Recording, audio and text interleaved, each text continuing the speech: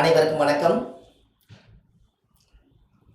பாரம்பரிய திருவள்ளுவர் குல வம்சம் பிரசன்ன ஜோதிடர் சுப மாரிமுத்து, 30 ஆண்டுகால ஜோதிட ஆராய்ச்சியாளர்.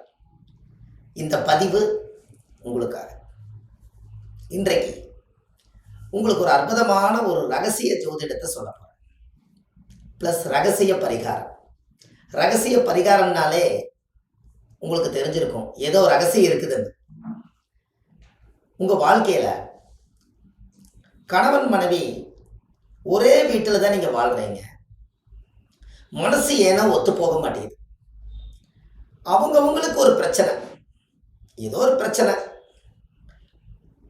அம்மா பிரச்சனை, அண்ணன் தம்பி பிரச்சனை, சொத்து பிரச்சனை, 2 பேரும் மரியாதை கொடுக்காதனால பிரச்சனை, ஒருத்தருக்கு ஒருத்தர் அண்டர்ஸ்டாண்டிங் ப்ராப்ளங்கள், இப்படி நிறையா உங்களுக்குள்ள மனஸ்தாபத்தினால 2 பேரும் டெய்லியும் வேலைக்கு போகிறோம், டெய்லி சாப்பிட்றோம், டெய்லி நிம்மதியாக தூங்கி எந்திரிக்கிறோம்.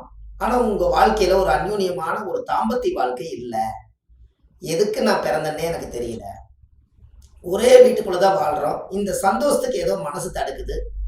ஒருத்தருக்கு ஒருத்தர் விட்டு கொடுத்து போகாமல் உடல் சந்தோஷத்தை பரிமாற முடியாமல் நான் தவிக்கிறேங்க. எனக்கு அந்த வாய்ப்பே அமையல. ஒரு வீட்டுக்குள்ள தான் இருக்கிறோம், கணவன் மனைவி தானே, நம்ம வாழ்ந்த சந்தோஷத்துக்காகத்தானே கல்யாணமே பண்ணிக்கிட்டோம். குழந்தைகளெல்லாம் ஓரளவுக்கு நல்லா வளர்த்தி வாழும் பண்ணிட்டோம். இனிமேல் நம்ம வாழ்க்கையில கிடைக்கிற சந்தோஷத்தை இழக்கக்கூடாது. நம்ம கணவன் கிட்டத்தானே எதிர்பார்க்கிறேன், நான் மனைவி கிட்டத்தானே நான் எதிர்பார்க்கிறேன்னு இப்படி ஒருத்தருக்கு புலம்பல் ஜாஸ்தியா இருக்கு. இதுக்கு ஒரு பரிகாரம் சொல்லுங்க அப்படின்னு ஜாதகம் பார்க்க வந்தவர், கண்டிப்பா நீங்க இதை சொல்லணும் அப்படின்னாரு. கண்டிப்பாக சொல்கிறேங்க ஐயா, நீங்கள் அந்த பதிவு நான் போடுறேன், நீங்கள் பாருங்கள் அப்படின்னு. அப்போ இதுக்கு ஒரு பரிகாரம் உங்களுக்கு தேவை தானே, ரொம்ப ரொம்ப முக்கியம் தானே, உங்கள் வாழ்க்கையில் நீங்கள் தெரிஞ்சுக்க வேண்டிய விஷயம் தானே. அப்போது உங்கள் வாழ்க்கையில் நீங்கள் கொஞ்சம் நல்லா யோசிச்சு பாருங்க. தாம்பத்திய வாழ்க்கை என்பது தகாத வார்த்தை இல்லை. மனசுக்கு பிடிச்சதும் உடம்புக்கு நிம்மதியும் நான் திருப்தியாக வாழ்ந்தேங்கிற சந்தோஷம் தாம்பத்திய வாழ்க்கைங்கிற ஒரு அந்தரங்குக்குள்ள இருக்கு, இல்லைன்னு சொல்ல முடியாது. ஒரு குறிப்பிட்ட ஸ்டேஜுக்கு மேல அது எதிர்பார்ப்புகள் இருக்கு. அதுக்கு அந்த தாம்பத்திய வாழ்க்கையை இயக்கி நீங்க 2 பேரும் இரு உடலை ஒரு உடலா பரிமாற்றம் செய்து உங்க வாழ்க்கையில நீங்க சந்தோஷ நிம்மதியோடு காலையில கணவனுக்கு நீங்க காப்பி கொண்டு போய் சந்தோஷமா கொடுக்கறது, அது எவ்வளவு நல்லா இருக்கும். இதுக்கு ஒரு பரிகாரம் வச்சிருக்கேன், இதை நீங்க செய்யறீங்களா? இந்த பரிகாரத்தை செய்யுங்க. நீங்கள் வாழ்க்கையில் அன்னைக்கு சேர்ந்து சந்தோஷம் அடைஞ்சதுக்கு அப்புறம் எனக்கு ஒரு ஃபோன் பண்ணி சொல்லுங்க, இத்தனை நாளாக என்னுடைய கணவர் என்னை கண்டுக்காம இருந்தாரு, இன்னைக்கு எனக்கு பாசமாக பூ வாங்கி கொடுத்தாரு, என்னை சந்தோஷப்படுத்தினாரு, அதுக்கு முதல்ல உங்களுக்கு நன்றி சொல்கிறேன் அப்படின்னு நீங்கள் சொல்லுங்களேன். நான் ரொம்ப பூரிச்சிருவேன். ஏன்னா இந்த பரிகாரம் செயல்பாட்டில் இருக்குது, இயங்குது, மக்கள் சந்தோஷமா இருக்காங்க அப்படிங்கிற ஒரு விஷயத்த நானும் உங்களை பார்த்து சந்தோஷப்படுவேன் இல்லையா. அதுக்கு ஒரு பரிகாரம் சொல்கிறேன், எழுதி வச்சுக்கங்க. அதாவது காவி வேட்டி கேள்விப்பட்டுக்கிறீங்களா? காவி வேட்டி, வெள்ளை வேட்டி, 2 புது வேட்டி எடுத்துக்கங்க. இந்த 2 புது வேட்டி எடுத்து மேலே ஒரு முடிச்சு போட்டுருங்க. 2 புது வேட்டியில முடிச்சு போட்டுருங்க, காவி ப்ளஸ் வெள்ளை. கீழே அதே மாதிரி லாஸ்ட்ல இந்த பக்கம் காவியில 2 பக்கம் 3 முடிச்சு போட்டுருங்க. இது 2 ஒன்று சேர்ந்துருச்சா? ரைட்டு.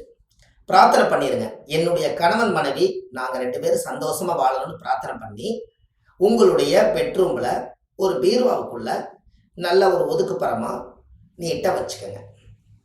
அதுக்கு அடுத்தது அதே இரவில் 2 விளக்கு, மண் விளக்கு 2 விளக்கு, ஒத்த விளக்கு வேண்டாம், ஆண் விளக்கு பெண் விளக்கு அப்படிங்கிற மாதிரி 2 மண் விளக்கு எடுத்து ஒன்றுல மொச்சப்பயிறு, ஒன்றுல துவரம் பருப்பு விளக்கில் போட்டு நல்லெண்ணெயை ஊற்றி, சரியா, நல்லெண்ணெயை ஊற்றி திரிய போட்டு பெட்ரூமில் எலக்ட்ரிக்கல் லைட்டை பூரா ஆஃப் பண்ணி இந்த 2 தீபத்தை மட்டும் மெல்லமாக எரிய வச்சு 2 பெட்ரூமில் வச்சுருங்க. அந்த பெட்ரூமில் அந்த லைட்டு 2 விளக்கு விடிய வரைக்கும் எரிஞ்சாலும் பரவாயில்ல, சரியா. ஒரு ஓரத்தில் காற்று படாமல் அமையாமல் வச்சுக்கோங்க. இப்படியே ஒரு 11 நாள் அல்லது 22 நாள் இதை அழகா நீங்க இப்படி பத்த வச்சுட்டே இருங்க. அந்த வீட்டுல தாம்பத்திய வாழ்க்கை சந்தோஷம் அங்க இயற்கையாவே நடக்கும். கணவன் மனைவிக்குள்ள இதை செய்வீங்களா? இதை செஞ்சு பாருங்க. எப்படியெல்லாம் நீங்க வாழ்ந்தீங்கிற சந்தோஷத்தை எனக்கு சொல்லுங்க. ஏன்னா இதை லாஜிக்கா யோசிச்சு பாருங்க. மேசம் ஆணுடைய வீடு, ரிஷபம் பெண்ணுடைய வீடு. அதே துலாம் பெண்ணுடைய வீடு தான். அதே 8ஆம் இட மாங்கல்யம் விருச்சிகம் ஆணுடைய வீடு. அப்போ மேசம் காலச்சக்கரத்துக்கு மேசம் செவ்வாயோட வீடு. செவ்வாய் ஆறு முருகன். முருகனுடைய என்ன உடை கட்டிக்கிறாரு? காவி உடை கட்டிக்கிறார். அப்போ மேசம் ஆண், ரிஷபம் பெண். அப்ப ரிஷபம் யாரோட வீடு? சுக்கிரனோட வீடு. சுக்கிரன் என்பது யாரு? வெள்ளை நிறம். அப்போ காவி வேட்டியும் இங்க செவ்வாயும் இங்க சுக்கிரனையும் நீங்க சேர்த்து வச்சு முடிச்சிட்டீங்களா? அதே மாதிரி இங்கேயும் செவ்வாயும் சுக்கிரனையும் முடிச்சிட்டீங்களா? தலையும் வாழும் முடிச்சாச்சு. இது உங்க மனசுல நீங்க பிரார்த்தனை பண்ணி உங்க பீர்வாழும் வச்சாச்சு. இதுக்கப்புறம் ஆண் விளக்கும் 2 விளக்கலையும் கொண்டு போய் அதே மேசம் செவ்வாய்க்கு துவரம் பருப்பும் தானியமும், அதே சுக்கிரனுக்கு வெள்ளை மொச்ச பயிர் தானியத்திலையும் விளக்கு எரியுது. இங்கேயும் சுக்கிரன் செவ்வாய் சேர்ந்துருச்சு. நீங்க சேர வேண்டிய இடமும் பெட்ரூம் தான். இது பெட்ரூம்ல கொண்டு போய் வச்சுட்டீங்கன்னா 22 நாள் தொடர்ந்து விளக்கேத்துங்க. இது வரைக்கும் நீங்க பெட்ரூம்ல விளக்கேற்றிருக்க மாட்டீங்க. அந்த காலத்துல பாருங்க, முன்னோர்கள் எலக்ட்ரிக்கல் லைட்டே இல்லாத காலத்துல ஒரு சிமிலி விளக்குல தான் அவங்க வாழ்ந்திருக்காங்க. முகம் அவ்வளவுதான் தெரியும். கரு அறை எப்படி இருட்டோ அது போல கருவறையை தொடணும்னா அங்கேயும் இருட்டு இருக்கணுமா? எப்படி ஒரு பரிகாரம் பார்த்தீங்களா? சாமியோட கோவில்ல கருவறை பார்த்தீங்கன்னா அகல் விளக்குல தான் சாமி தெரியும். அதே மாதிரி பெண் என்பது ஒரு கருவறையை சுமக்கக்கூடிய பெண்ணுக்கும் ஒரு அகல் விளக்கு, நீங்க 2 விளக்கு நீங்க ஏத்துறதுதா அதுல முகங்களும் அவங்களுடைய அங்கங்களும் தெரியறது தன்னுடைய கணவருக்கு மட்டும்தான். அந்த விளக்குல கிடைக்கிற ஒரு சந்தோஷம் எலக்ட்ரிக்கல் லைட்ல உங்களுக்கு கிடைக்காது. அப்ப நீங்க கண்டிப்பா இப்படி ஒரு அற்புதமான ஒரு பரிகாரத்தை தவறாவே நினைக்காம, கூச்சப்படாம, வெக்கப்படாம, அச்சப்படாம இந்த விளக்கை நீங்க பெட்ரூம்ல ஒரு இடத்துல ஒரு இடத்துல நீங்க ஏத்துங்க. இந்த திசை நோக்கி எல்லாம் ஏத்தாதீங்க. உங்களுக்கு எந்த இடத்துல திருப்திப்படுதோ அந்த இடத்துல ஏத்துங்க. ஆக மொத்தம் பெட்ரூம்ல 2 விளக்கு, மண் விளக்கு தெய்வம் எரியணும். அந்த காலத்துல பார்த்துருக்கீங்களா? சாந்தி முகூர்த்தம் நடக்கும்போது அவங்க நல்லா வாழ்ந்து பொழைச்சவங்க கணவன் மனைவி கொண்டு போய் அவங்க படுக்கை அறையில கொண்டு போய் பூ அலங்காரம் எல்லாம் பண்ணிட்டு அவங்கள 2 பேர்த்தையும் சேர்றதுக்காக உள்ள விட்டு ஒரே ஒரு குத்து விளக்கு 2 விளக்கு குத்து விளக்கு எரியும். அது பித்தாளைகள் வந்த காலத்துல, பித்தாள பொருள் வந்த காலத்துல குத்து விளக்கு எரிஞ்சுது. அந்த பித்தாளையே இல்லாத காலத்துல என்ன எரிஞ்சுது? உலோகம், மண் விளக்கு தான் எரிஞ்சுது. இந்த மண் விளக்கை நீங்க கொண்டு போய் சாமி கோயில்ல வைக்கிறீங்க, உங்க பூஜை ரூம்ல வைக்கிறீங்க, உங்க வீட்டு வாசல்ல வைக்கிறீங்க. நீங்க வாழ்றதுக்கு உங்களுடைய வாழ்க்கைக்கு ஒரு வெளிச்சமாகும், உங்க அந்தரங்களுக்கு ஒரு சக்தியாகும், உங்க பெட்ரூமுக்கு ஒரு வெளிச்சம் ஏத்தாதனால உங்க வாழ்க்கையே இருட்டா இருக்குது அல்லவா? அதை நம்ம தெரிஞ்சு இனிமேலாவது எலக்ட்ரிக்கல் லைட்டுக்கு அப்பாற்பட்டு நீங்க ஒரு மண் விளக்கு ஏத்துங்களேன். இதுல ஒரு கேள்வி வேற வரும். மண் விளக்கு ஏத்துனா ஃபேன் அமைஞ்சு போயிருங்க, ஏசி போட்டிருக்கேன் அது அமைஞ்சு போயிடும், இப்படி எல்லாம் சொல்லி போன் பண்ணி இதுக்கெல்லாம் கேட்பாங்க. அதுக்கு என்ன பண்ணணும்? ஒரு கூண்டார விளக்கு ஒன்று வாங்கி 2 விளக்க உள்ள வச்சு ஃபேன் காத்து படாம, ஏசி படாம நீங்க சேஃப்டியா வச்சு அமையாம பார்த்துக்குங்க. அவ்வளவுதான். எத்தனையோ வேலைகளுக்காக ரிஸ்க் எடுக்கிறீங்க. அந்த விளக்கு அமையாம இருக்கிற பாதுகாப்பை நீங்களே பண்ணிருங்க. அது தொடர்ந்து ஏத்திட்டு வர என்ன ஆயிருன்னா, உங்க குடும்பத்துக்குள்ள அந்த விளக்கு பத்த வச்சாலே எனக்கு வாழ்க்கை சந்தோஷமா இருக்குதுங்கிற எண்ணம் வந்துட்டாலே பெட்ரூம்ல விளக்கு எரிய ஆரம்பிச்சு. இது இரவுல தான் நீங்க வைக்கணும், பகல வைக்கக்கூடாது. இரவுல 9 மணிக்கு மேல நீங்க விளக்கு வைங்க, சாப்பிட்டு போட்டு வைங்க, தப்பே கிடையாது.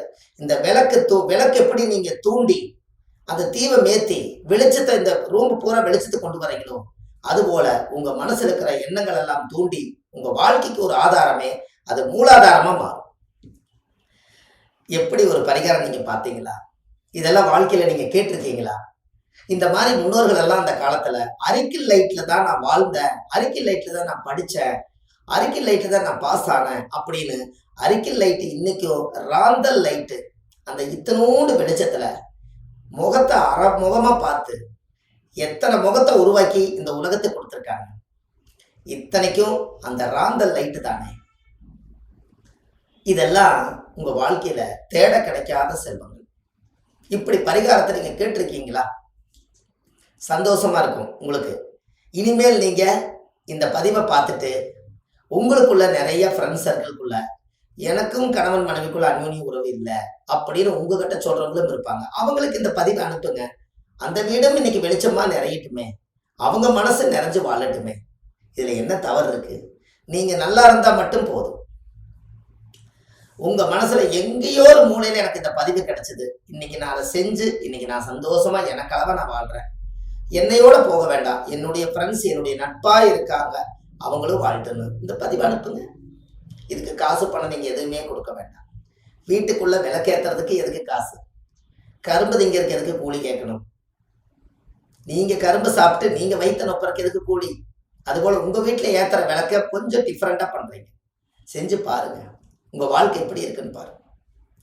அந்த காலத்துல முன்னோர்கள் எல்லாம் எப்படி எல்லாம் இன்னைக்கு பளிச்சுன்னு வெளிச்சமா இன்னைக்கு நம்ம முகத்தை காமிக்கிறோமே, அன்னைக்கு சாயந்தரமான கைரேகை மறைஞ்சிருச்சுன்னா எல்லாரும் வீட்டுக்குள்ள போய் குருவி காக்கா அடைஞ்ச மாதிரி அடைஞ்சு 7 மணி 8 மணிக்கெல்லாம் அவங்க தாம்பத்திய வாழ்க்கை நிறைஞ்சு காலையில 4 மணிக்கு பிரம்ம முகூர்த்தத்துல எந்திரிச்சு அவங்க கூலி வேலைக்கு போய் மக்களை எல்லாம் காப்பாத்திருக்காங்க. அசால்ட்டா தூங்கி அசால்ட்டா எந்திரிச்சிருந்தா 16 மக்களை பெக்க முடியுமா? இத்தனை மக்களை படிக்க வைக்க முடியுமா? இத்தனை மக்களை வளர்த்தி வாழும் பண்ண முடியுமா? அன்னைக்கு எல்லாமே நம்மளை விட பஞ்சுவாலிட்டியா வாழ்ந்தவங்க அவங்க தான். சூரிய உதயத்துல எந்திரிச்சு உழைப்பாங்க. சூரிய அஸ்தமனமாயி கைரேகை மறைஞ்சிட்டா அரைக்கு லைட்டு ராந்தல் லைட்ல வெளிச்சம் போட்டாச்சுன்னா அவங்க அந்த வெளிச்சத்திலேயே சாப்பிட்டு அந்த வெளிச்சத்திலேயே வாழ்ந்தாங்க. இதெல்லாம் ஆதிகால பரிகாரம் தானே. நீங்க செய்யலாம் அல்லவா? உங்களுக்கு இந்த பவர் கூடும்.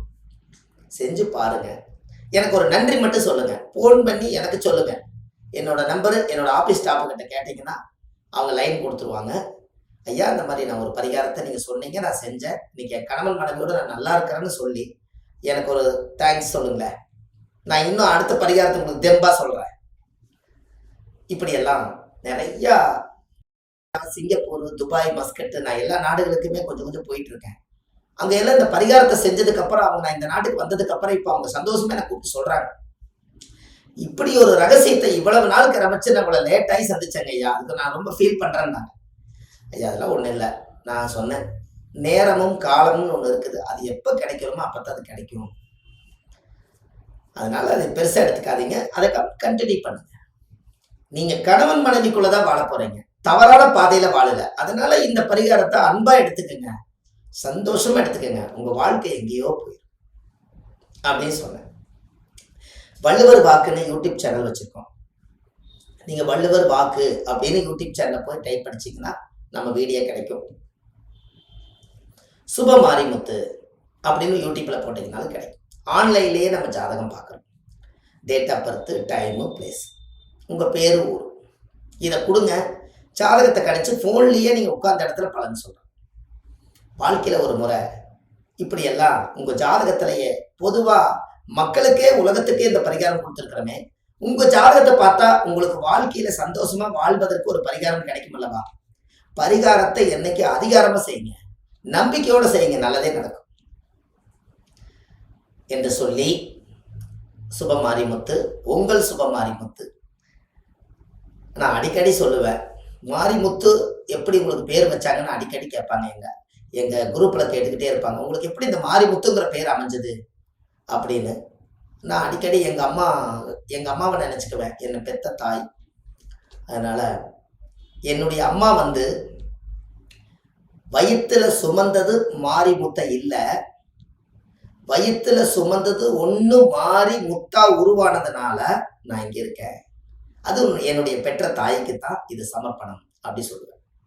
அதுபோலதான் என்னுடைய பரிகாரங்கள் எல்லாமே முத்து முத்தா இருக்கும். நீங்க செஞ்சு வாழ்க்கையில பலனடைங்க, நல்லா இருக்கணும். நீங்க எல்லாரும் யதார்த்தமா நீங்க வாழுங்க, யதார்த்தமா உங்களுக்கு எல்லாமே கிடைக்கும். உங்க மனசுக்குள்ள இருக்கக்கூடிய வஞ்சகம், சூது, பாது, வேதனை, இது எல்லாத்தையும் வெளியேற்றிட்டு ஒரு நோக்கமா நீங்க வாழுங்க. உங்களை போல வாழ்றதுக்கு ஊருக்குள்ள யாரும் இருக்க மாட்டாங்க. நல்லா சந்தோஷமா இந்த உடம்பே வந்து கணவனுக்கு சொந்தம், அந்த கணவனோட உடம்பு மனைவிக்கு சொந்தம். இது ரெண்டும் பரிமாற்றம் இருந்தாலே உங்கள் வாழ்க்கையில் பிரச்சனையே வராது. நைட்டு சந்தோஷமாக இருந்தாங்கன்னா காலையில் பாருங்கள் அவங்க எவ்வளோ சந்தோஷமாக இருக்காங்க. அப்போ ப்ளஸ் சந்தோஷம் ப்ளஸ் சந்தோஷமாகவே இருக்கு. நைட்டே சண்டை போட்டாங்கன்னா காலையில் மைனஸாக இருக்கா இல்லையா? காலையில் எழுந்திரிச்சு உட்காந்து டீ வைக்கலாமா வேண்டாமா இவருக்கு எது கொடுக்கணும் எண்ணம் வரும். அதே சந்தோஷமாக இருந்தால் சொல்லாமலே காப்பி வரும். எல்லாமே மனசுக்கு திருப்திக்கு தானே இதெல்லாம். அதனால நீங்கள் கண்டிப்பாக செய்யுங்க. தவறாக நான் எதுவுமே சொல்ல மாட்டேன். நீங்கள் வாழ்கிறதுக்கு மட்டும்தான் நான் சொல்லுவேன். அதனால நீங்கள் இந்த பதிவுகள் எல்லாம் யதார்த்தமாக நீங்கள் பாருங்கள். அடுத்த பதிவில் உங்களை சந்திக்கிறேன். உங்கள் சுப மாரிமுத்து. நன்றி, வணக்கம்.